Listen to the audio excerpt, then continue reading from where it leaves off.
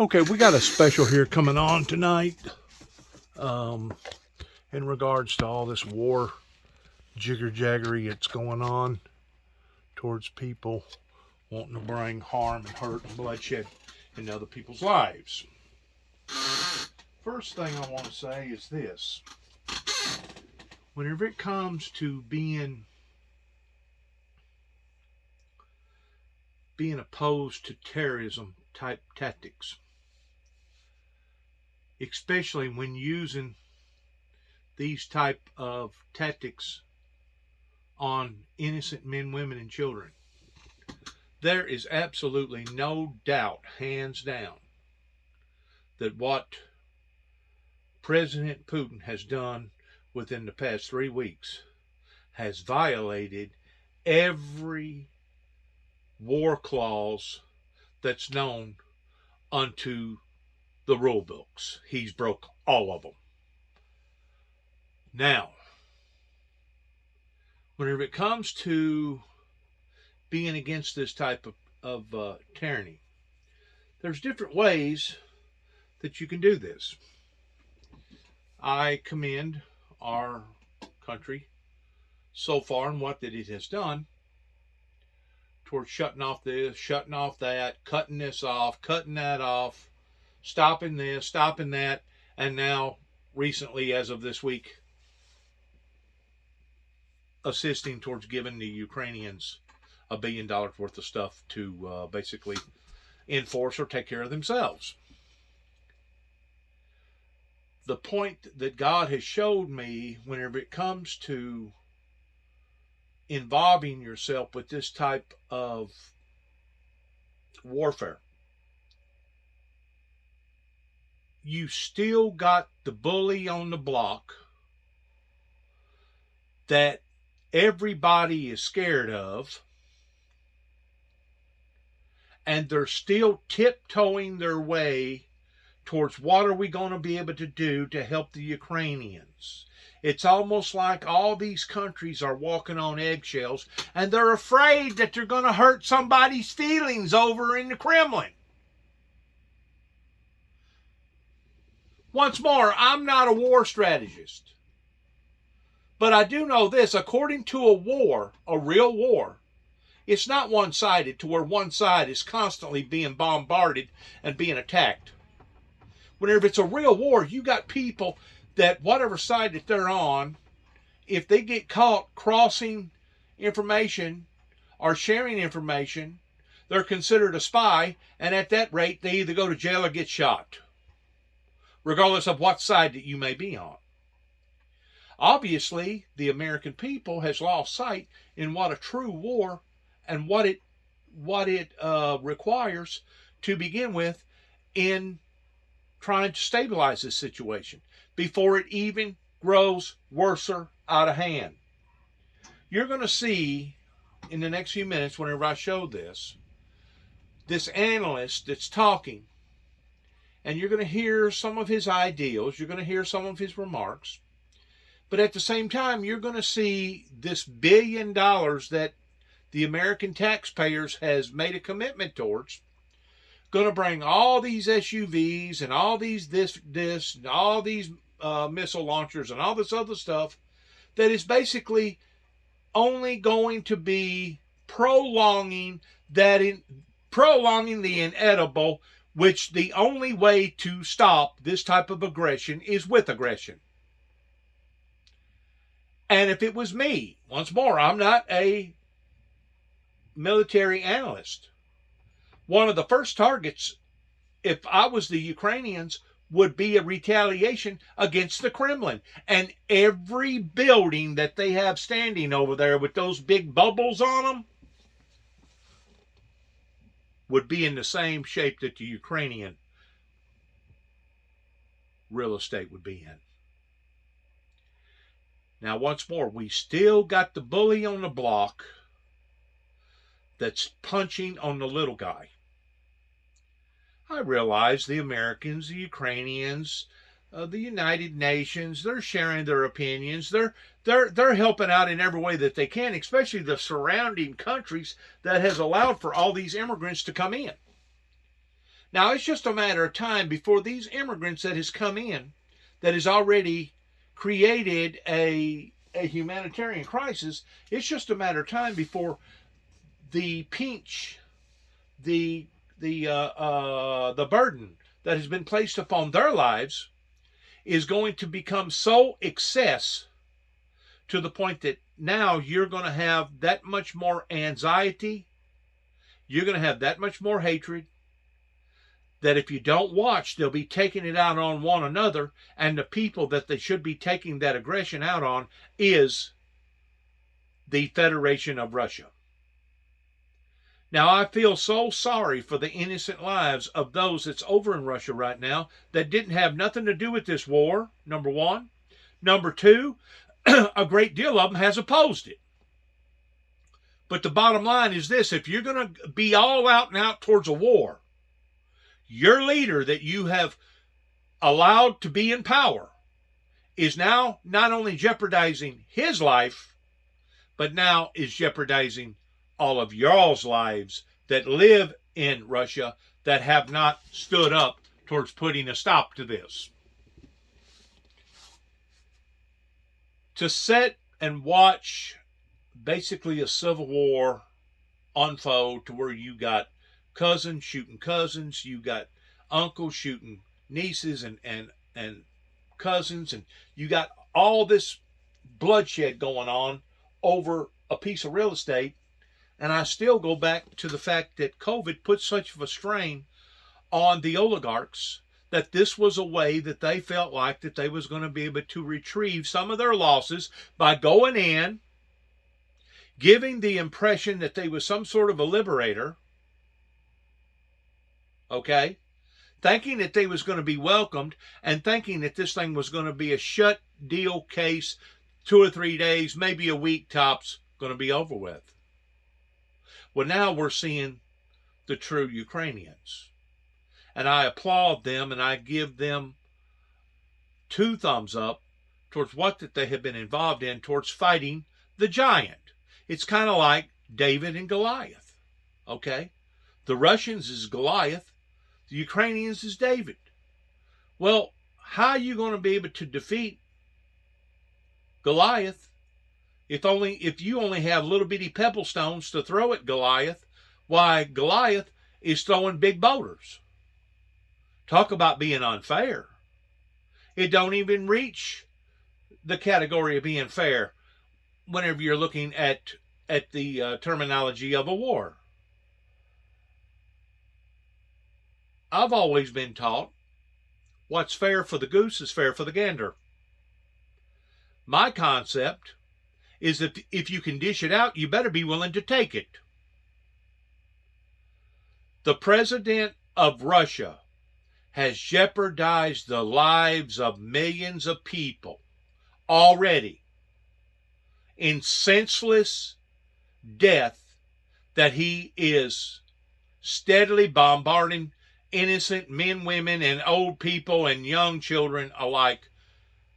And if this does not stop by aggression forces, cutting off their oil supply, cutting off towards not buying vodka and diamonds from them, cutting off this and cutting off that, all these, are theoretically they sound like that you're really going to put a hurt on a group of people, but you got to look at it realistically.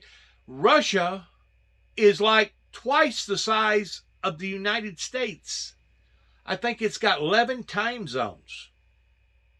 It is a very big mass of property.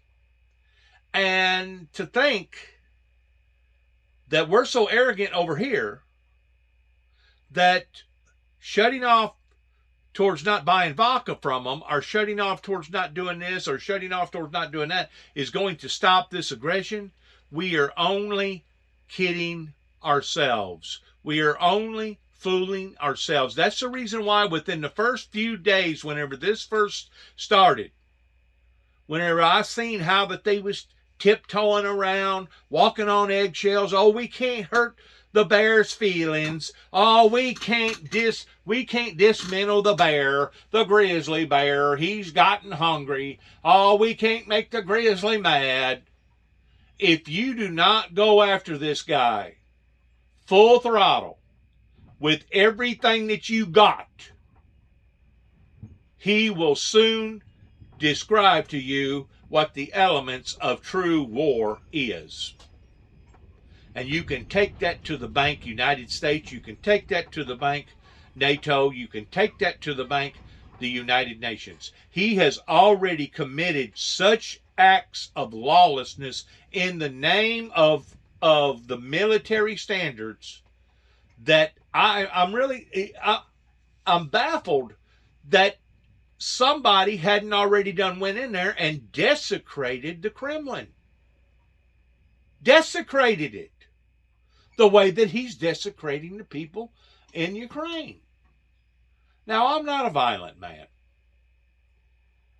I try to maintain peace. The Bible says to live with all people peacefully.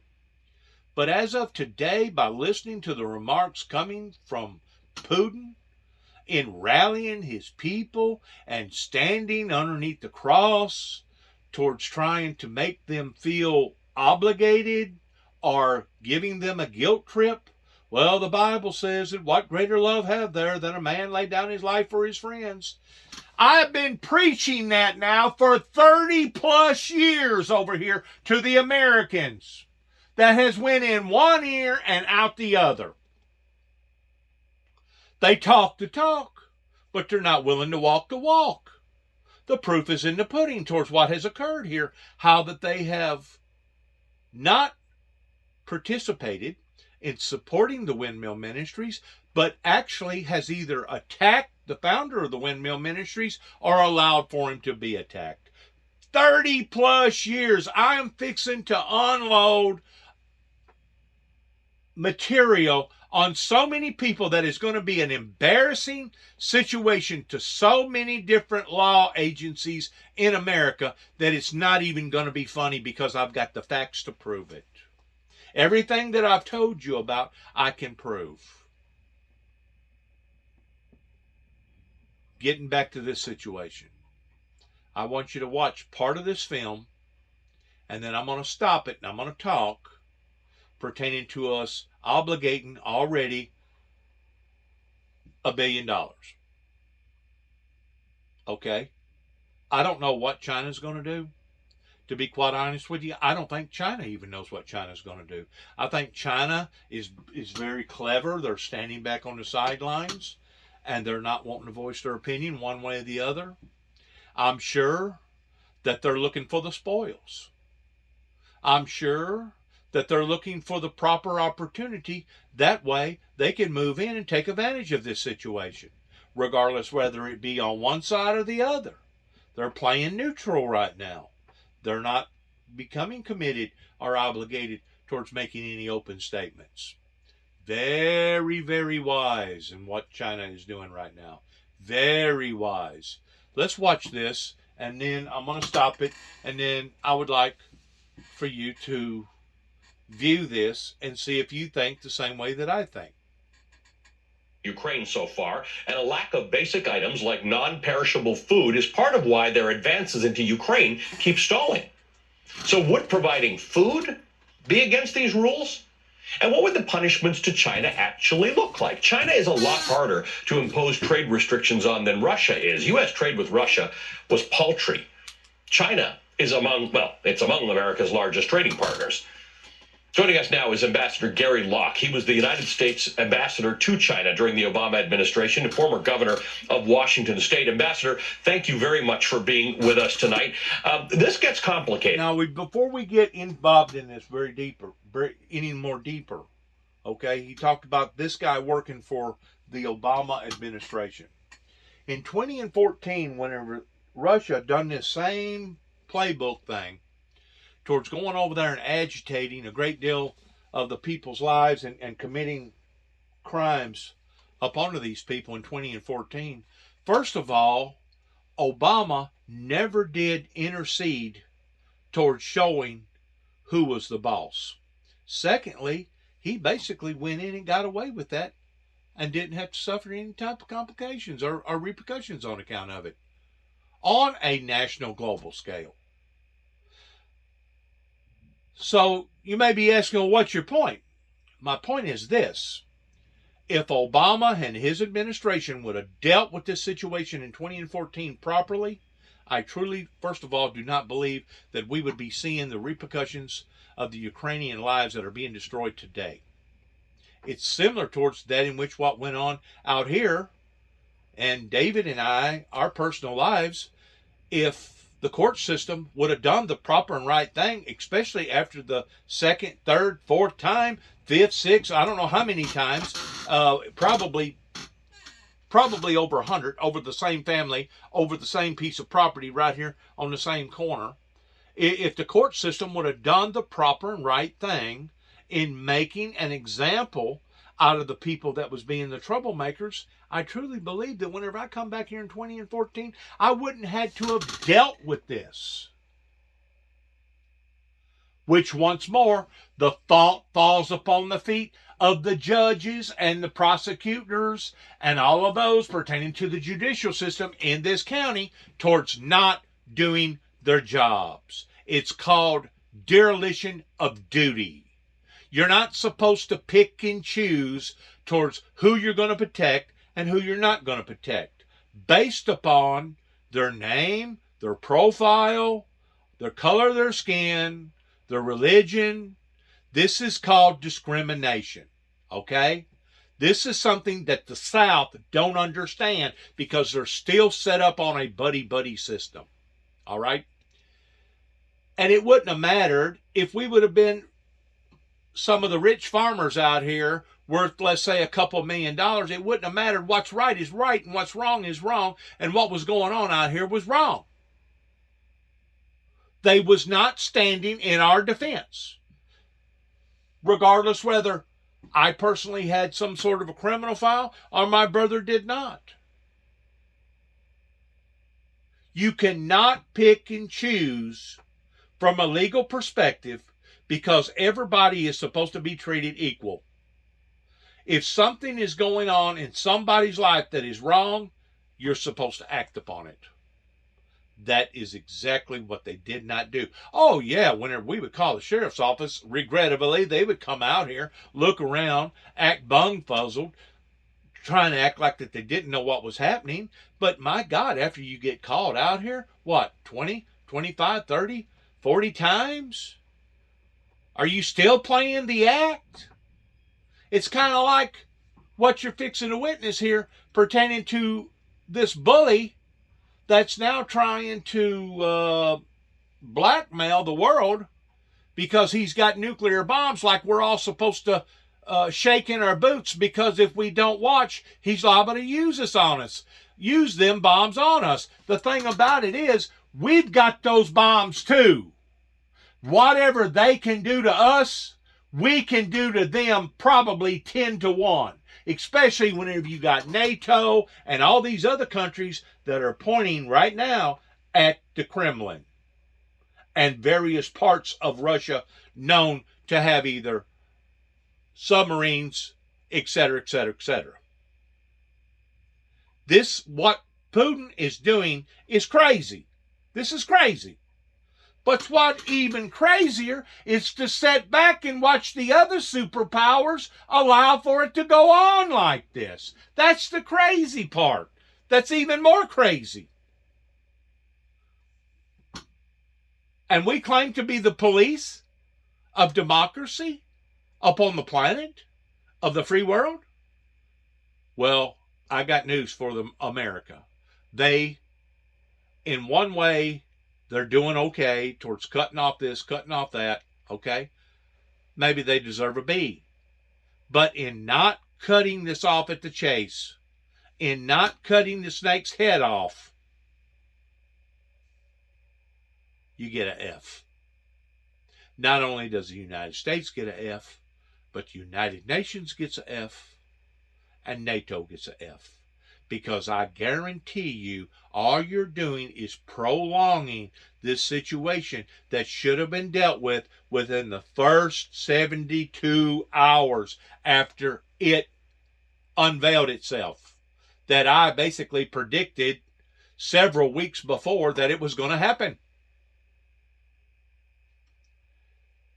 Because it looks to the rest of the world like everybody's turning on Russia. But if China stays with Russia, Russia can hold out for a lot longer. They're turning on Russia metaphorically. Metaphorically, they're talking the talk. Oh, we're against watching the Ukrainians go through their suffering and pain. Oh, we feel so bad. Right? You know, I've heard the choir sing before. And it's kind of like loving me. You can tell me all day long that you love me 1,000 times a day. But until you show me that you love me, as far as I'm concerned, it's talk. That's all it is. It's talk. And talk is not what God is demanding from his soldiers and his followers. God is not looking for talk. He's looking for doers. Thank you very much, Ali. China is certainly in a predicament because even the images that we have been seeing every day on our television sets is being broadcast to the Chinese people. So they're seeing the incredible destruction, violence, death, and mayhem of Ukraine at the hands of the Russians. At the same time, the Chinese government is still enunciating the Russian line that this is really the fault of the West and NATO for coming so close to the borders of Russia. So China is in a predicament. While they have longstanding ties with Russia and would like to displace the Western order devised by the EU and the United States, nonetheless, the trade between China, the United States, and the EU is 10 times the amount of trade that it does with Russia. So I think China is fearing economic sanctions from the West were it to provide military or even economic aid to Russia. And look, American polls indicate that American citizens are okay with the economic sanctions against Russia in the same way that in Europe, European citizens are concerned about it because of the amount of trade with Russia, particularly as it relates to energy. At some point, economic sanctions against China or some kind of a conflict with China on that front, that's something that's going to hit Americans in the pocketbook, and they may not sit as well with. That's correct, because you are already seeing within Europe some reservation about going after Russian oil exports and natural gas to Europe because they depend on those energy supplies to heat their homes and to provide gasoline for their automobiles and to keep their factories going. That's why many of the sanctions have kind of gone around to avoid touching those exports of natural gas or energy that Europe depends on. What has happened is that I think Russia and China were surprised, startled by how swiftly the West and how extensively the West imposed sanctions, very broad range sanctions against Russia. But it's going to be more difficult to impose those same type of sanctions against China because, for instance, cutting Russia off the international payment financial system hurts those Russian companies. And of course, not many US companies and European countries do trade with Russia. However, if we were to kick China off of the international financial system, the SWIFT system, by which transactions occur, well, how will our wheat farmers, our soybean farmers, our pork exporters get paid from China if they sell to China? If we stop all trade with China, where are we going to get our clothes, our shoes, our sporting goods, our tools, so much of which is made in China that we buy at Macy's, Home Depot, Target, et cetera, et cetera. So, you know, what he just got through mentioning pertaining to the commodities, He's absolutely correct. But one thing that he didn't mention was that various administrations before this administration that's in power now allowed to happen with the medical industry that China basically could hold us hostage towards not producing or not selling medication and medical equipment over here to America, that in and of itself would cause a dilemma without there never being a shot fired, because we depend upon China for like 92 to 94% of all our medical. Anything from a scanner to EEG to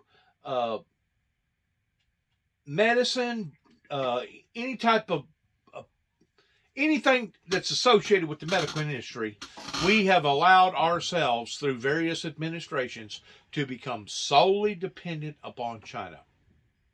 And because of it, that puts us in a very, very vulnerable position if they was to ever want to retaliate against us in regards to that. It would be the same thing towards the Saudi Arabias, towards some politician back years ago decided that they was going to give Saudi Arabia like 30 a third of the power over the oil industry over there. And if Saudi Arabia's ever wanted to hold us hostage towards shutting down the spigot, no longer producing oil or selling oil, that in and of itself could drive prices over here in America to probably $8, $9, $10, $12 a gallon. And of course, over in Germany and places like that, it'd probably be more like $16, $18 a liter over there. This whole thing is getting out of whack. It's done got out of whack. It's not getting out of whack, it's done got out of whack on a global international scale. And if we don't watch the trickery of the devil towards entrapping various results by various nations by doing various things, it's going to create a dilemma to the point that the world is going to be in jeopardy towards destructing. And that's exactly what the Antichrist, Lucifer, would love to do. That way he could shake his fist in the face of God and say, you see there, you didn't have to worry about destroying them. They destroyed themselves.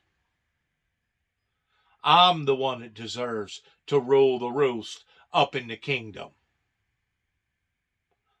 Where did this disagreement start from to begin with towards having two different opinions? It began in heaven.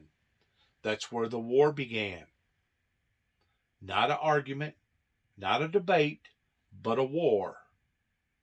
In the process of that war, the heavenly kingdom and the angels kicked the demonic entities out, and they will never be allowed to enter back into that kingdom.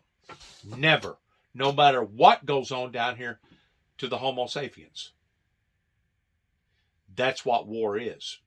You draw the line, you don't, and that line is not to be crossed. And if that line does get crossed, there's going to be complications. And usually in the process of a war, it's very serious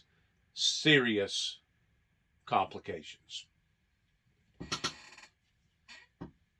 So there'll be a huge impact to American consumers as well. The challenge then is for the Biden administration, if China were to provide military or economic assistance to Russia in the invasion of Ukraine, how can the Biden administration have targeted sanctions going after specific companies or specific units of the Chinese government? Ambassador, it is good to talk to you. Thanks very much for joining us. Ambassador Gary Locke is the former United States ambassador to China. Thank you for your time tonight, sir. Thank you. Well, still ahead tonight, we got a fascinating look at how the Ukrainian army is getting the much-needed supplies that it needs. Live armored pickup trucks, SUVs from outside the country. We're going to talk to the journalist who had the exclusive access to this mission next. Now, you see what I'm talking about?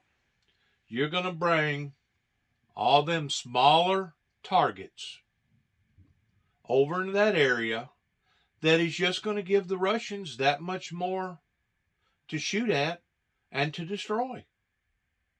You cannot defeat the giant Goliath by throwing little bitty pebbles while he's throwing boulders.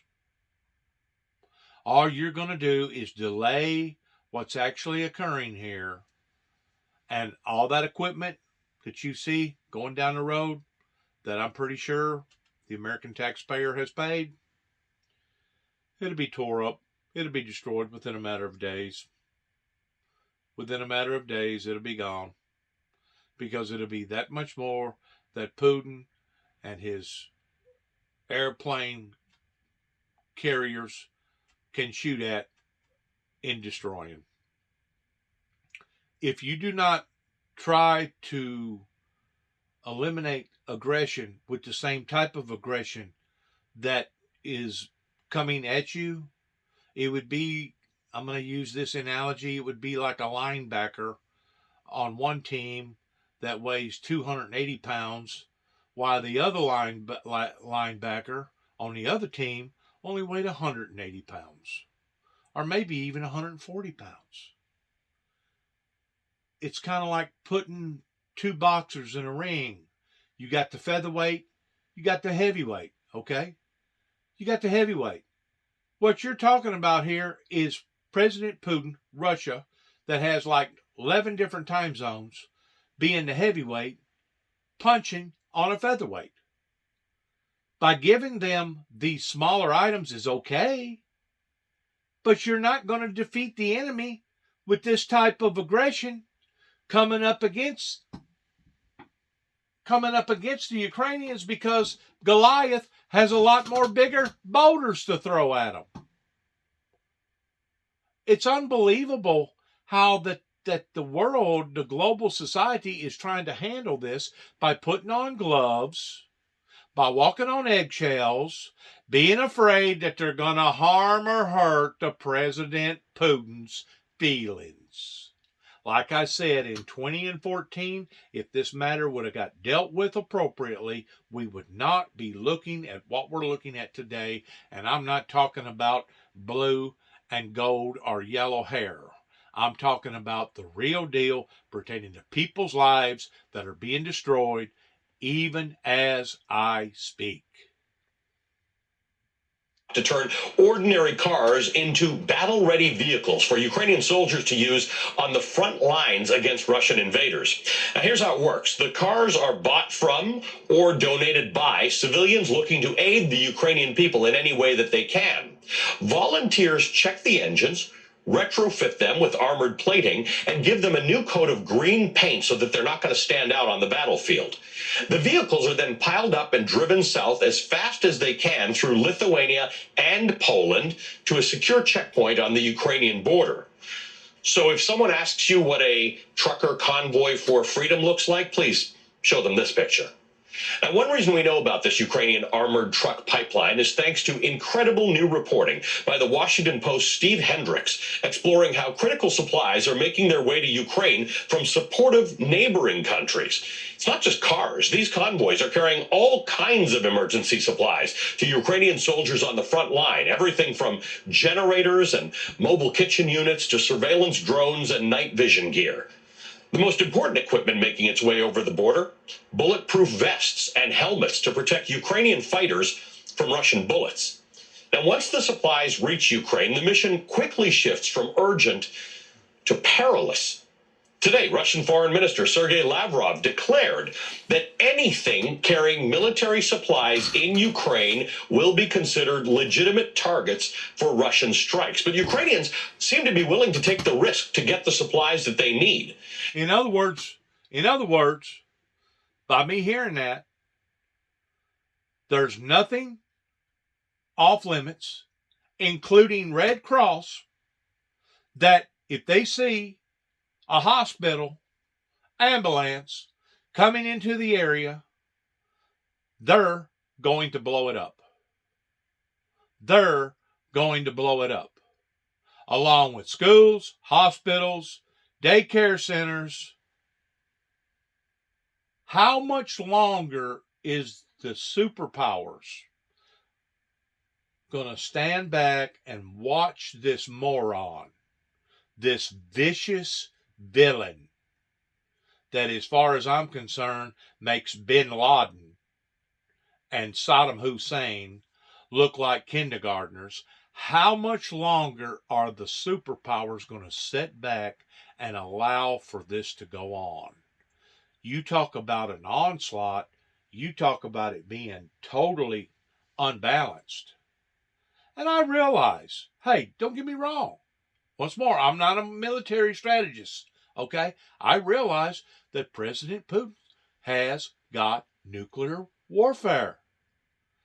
But so does the rest of the superpowers. 10-1. Probably more like 50-1 if you take everybody's artillery all over the world compared to his. Us alone compared to Russia meets the competition level towards how many nuclear warheads we got versus how many nuclear warheads that they got. That's just us. You take all these other countries that's got same type of warfare. They may not have as much, but they still got the same type of warfare.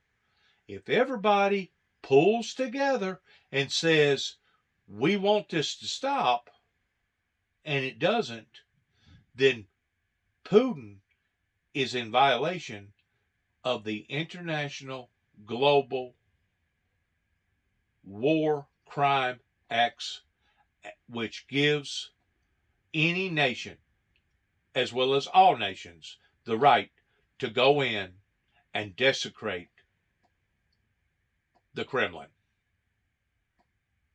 And if it means having collateral damage towards the people that's in there protesting that don't want the war to begin with, if it means having collateral damage, well, guess what? You don't think that there's collateral damage right now? A matter of fact, Putin gets on TV and brags about how well that his military is doing and how proud that he is. He don't get on national TV and say, I'm sorry, we didn't intend to hit that hospital. I'm sorry, we didn't intend to hit that daycare center. I'm sorry, we didn't intend to hit that area over there. He's using the same type of tactics that Saudi Arabia uses and other terrorist known groups uses. This is all out and out war. Take your laws of oncoming bullets that you cannot fire until you're fired upon. You need to take those policies and stick them up some politician's rear end right now, because those policies will be the very thing that is going to cost the world tremendously if they allow for this to continue on the way that it's continuing on. Because like I said, all they're doing is just prolonging the inevitable. The only thing that's going to stop him, because he knows that he's went over the line, he knows it, he's either going to have to surrender, in which I doubt that he's going to do, or some of his own people are going to have to come in there and create a coup and overpower him and take him out. If not, he's jeopardizing the whole country of Russia. And yes, I hate to say it, but that includes men, women, and children. That includes the innocent who drawed first blood, who started bombing schools and hospitals and etc. Everybody and their brother seen it. There ain't no need of trying to argue about it. Putin brings up all these lies about this and that and that and this. It's propaganda. That's what he's good at. He brings propaganda to his people, and his people fall for it, hook, line, and sinker. But we're supposed to be the smart ones. We have the cameras, and that's another thing I want to comment on. The war correspondents and what they're doing.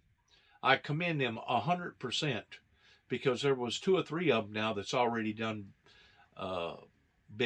victim of casualties pertaining to filming all this, and it's so important to know the truth towards what is happening and how it's happening, towards not just in the history books, but in how to deal with this. Because if we didn't have war correspondents over there right now towards being engaged in all this, if we was like the rest of the people over in Russia, well, we would just fall for whatever Putin wanted to tell us. Oh, he must be telling us the truth. Ukrainian lieutenant told the Washington Post, quote, "From the army, we get the gun and the ammunition and the uniform. But under the uniform, what we eat, what keeps us safe, how we move around and fight, that comes from the people, our people and foreign people," end quote. Joining us now is the Washington Post Jerusalem bureau chief, Steve Hendricks, who's the lead byline on this story. Steve, thank you for agreeing to spend some time with us tonight. Walk us through this. Volunteers started these emergency supply lines back in 2014 after the invasion of Crimea. What happened between then and now? How are they able to scale this up for a war that is much bigger than the one that happened then? Well, the scaling up is happening, as we speak. It's only been since the invasion that they went from a relatively small operation with a few people, kind of responding on request to bring supplies in as the units in Ukraine asked for them. Of course, in the last 3 weeks, the need has exploded, but so has the support. Lithuania, a country of under 3 million people, has donated more than 18 million euros, almost $20 million in the last 3 weeks. And most of it has gone to this particular group that started in 2014, as you said. And they have quickly,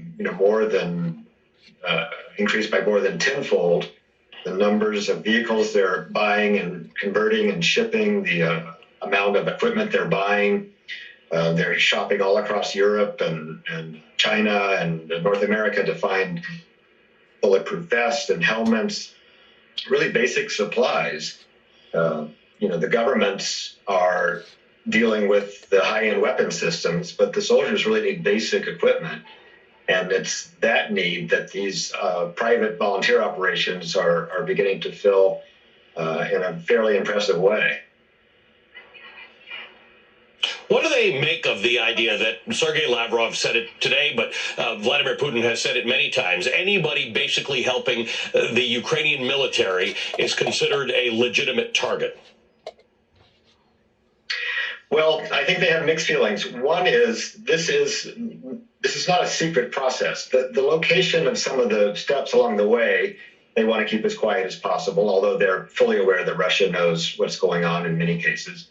But the process itself, these are public campaigns. They need public support. That's why they gave us permission to let us embed with the process from beginning to end for this particular story. They're taking a risk, and they know it. But I think the risk, as they perceive it, isn't so much in Lithuania or transporting through Poland or even on the Polish border where the supplies are handed off. But it's once the soldiers begin taking them back to their battlefield positions in Ukraine. And we talked to several people this week for this story who have driven 11, 12, 15, 16 hours from the east of Ukraine to pick up these supplies. We're turning around again to get back. And a couple of the guys suggested to me that this is the least dangerous part of their lives these days. It's when they get back that they feel like they are in a pretty constant peril. I don't know if anybody's thought of this or not, but the fact of the matter is, whenever I was up in Nashville, Tennessee, working in 2005, I rented from a Russian girl that obviously had money that she could bought this place and rent half of it out while she lived in the other half. That helped her make the payments on her property. We've got thousands and thousands of Russians over here. More so up towards Washington State and Portland, Oregon, than basically in the South. But in any of these major metropolitan cities, there's all kinds of Russians. And you're going to have Russian sympathizers that could lash out towards terrorist attacks right here in the United States. They could go to doing any and everything. So the alarm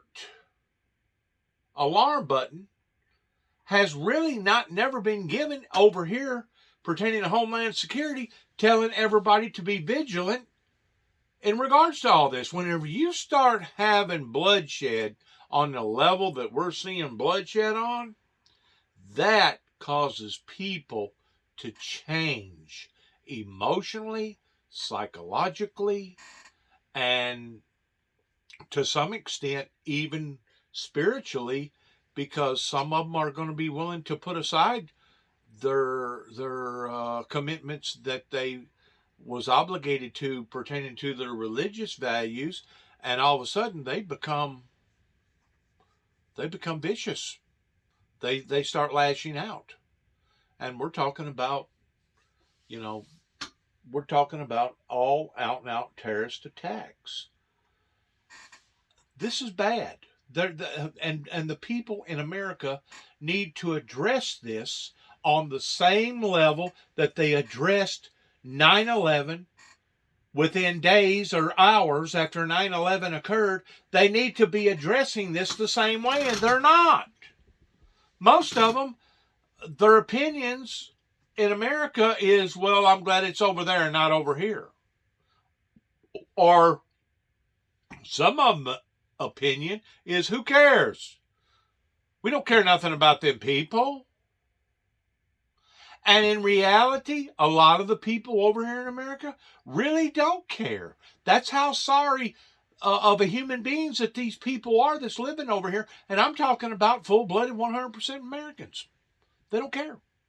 As long as it ain't affecting them, as long as it ain't affecting their lives, out of sight, out of mind, they don't even watch TV. And they're unconcerned about what's going on the other side of the moon, per se.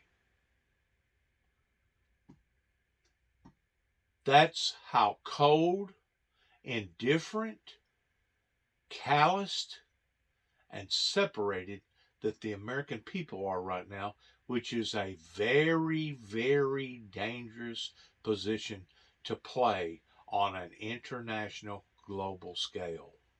That's the reason why I think that the American people never did rally in behind 9/11 to the point of shutting down all their borders and doing things on the same level as what our ancestors did whenever they was attacked pertaining to Pearl Harbor. You didn't see that type of movement here in America. Once more, what was the cause for that? Are we supposed to be more stupider or more vulnerable today than what our ancestors was 75 years ago? Whenever this country got attacked over in Pearl Harbor. Are we so lax that we don't recognize danger? Is that what the problem is? Or have we seen so much TV and Hollywood screenplays that there's actually people living in America that probably thinks this is all made up somewhere?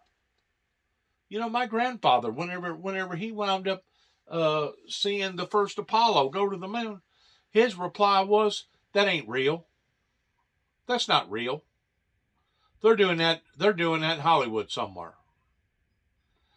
Well, if TV had that type of profoundness upon to an individual's life, before he died in 1969, pertaining to not believing what the people were saying. Do you think that that has increased since 1969 to the degree that now ain't no telling how many people that thinks the same thing? This isn't real. Don't think about it. Don't bother it. Don't listen to it. Don't watch it. It's all phony. It's fake. They're just wanting people to believe this. And then you got the Ukrainian people over there that they've been bamboozled, brainwashed, indoctrinated in believing every word that comes out of Putin's mouth, to the point that you still got people over there that still don't believe that they're under attack. After 3 weeks, you still got certain people in certain areas in the Ukraine area that still are hesitant about believing that this is really happening. I guess if it sounds to be unbelievable, maybe it is to a certain degree, that it takes people a while to finally grasp the fact that, well, even though it's unbelievable, you may as well believe it because it's actually occurring. And the governments of Lithuania and Poland, by the way, the two places through which these convoys come, are in fact the strongest NATO partners in terms of wanting to push back on Russia. They are these are governments and people who are actually worried about Russian expansion. But what you're describing here are civilian efforts, not governmental efforts. Yeah, but the impulse is the same. The people, the citizens of Lithuania that I talk to, feel like the Ukrainian fighters are fighting a defensive battle for Lithuania as well as for Ukraine. They are members of NATO. They know they are protected by Article 5 and the NATO shield. But especially people who lived in the Soviet era can only imagine what Russia and Vladimir Putin have in mind for countries like Lithuania, a tiny Baltic country right on Russia's shadow, if he prevails in Ukraine. So they see this as their fight. And I was very moved and very impressed by the depth of support, the flags that are everywhere, the restaurants that are raising money, giving portions of their support. I happened to be there during Lithuania's own Independence Day recently when they did shed the Soviet cloak. And there were as many Ukrainian flags on display as Lithuanian flags. And don't get me wrong, all those things are good. And for people to be taking in these people and to be helping towards various things and bringing in guns and ammunition and trucks and stuff, anti-battle bombers and etc., all this stuff is good. Don't get me wrong. But they're still dealing with the aggressor on a level that he's probably sniggering and still to this day laughing at. Because trust me, he hasn't brought out the big stuff. He hasn't brought out the professional fighters that knows exactly what they're doing and how that they can do it.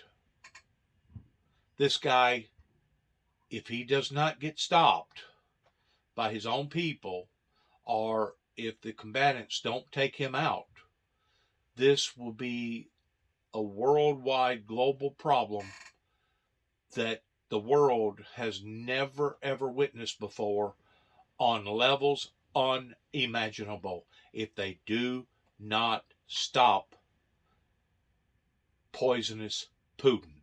Because poisonous Putin is going to wind up poisoning the world with radiation. That's how crazy that this guy is. He literally wants to go out in a bang. He knows that he's not a real smart individual pertaining to him being a KGB agent. You would think that he would be, but he's not. A lot of the other oligarchs has criticized him. He's got generals now that has walked off of their military bases that has opposed him. He's got all these other people that are opposed him, and they're basically mocking him. They're making fun of him. He's going to be shamed publicly by so much pressure against what he's doing, that's whenever you got to worry about, once you corner the animal, what's the animal going to do once you corner him? This needs to be looked upon on a brand new level that our military forces obviously are not looking at in stopping this type of aggression. Like I said, you can bring in the trucks, bring in the anti-tank removers, you can bring in all food, all this other stuff, which is good. But you're dealing with a Goliath. And you're dealing with somebody that I don't even think he himself knows what he's doing, other than committing bloodshed upon to his own people. There ain't no telling in all of this how many of his immediate family is suffering because of this. Our indirect immediate family, cousins, aunts, uncles, distant cousins, distant this, distant that, they're probably already suffering on account of this in a lot of different areas. Some of them may have actually gotten killed. That is living over in Ukraine. That is against communist. This type of tyranny, this type of rule. They really do see this as their fight. Steve, thanks for your great reporting on this. It's an important story. Steve Hendricks is the Jerusalem bureau chief for the Washington Post. We appreciate your time tonight. Thank you. In just a minute, I'll speak with the chief of staff to Ukrainian President Volodymyr Zelensky. That's next. And later, we'll talk with the war photographer assigned to Kyiv, who's taking these incredible photos. Stay with us. We're going to go forward real quick. They call them incredible photos. They are incredible, all right. They're incredibly, horribly horrifying. It's not incredible in a good way. It's incredible in a bad way. When you see stuff like that right there, and that's only like a 1% or a 0.5% of 1% of all the damage that he's already created. Whenever you see stuff like that and realize how many people that has died because of that in the past 3 weeks, you'll begin to wrap your mind around towards just exactly how horrifying that this is. This would make Katrina, Hurricane Katrina, look like a kindergartner. What this man is doing is unleashing hell upon to a society of people that does not deserve this.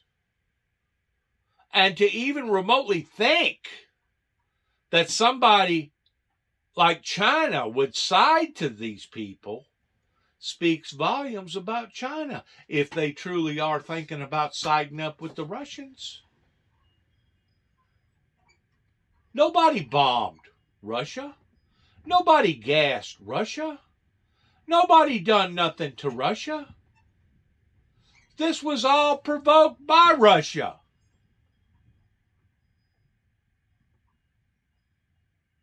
It's horrifying.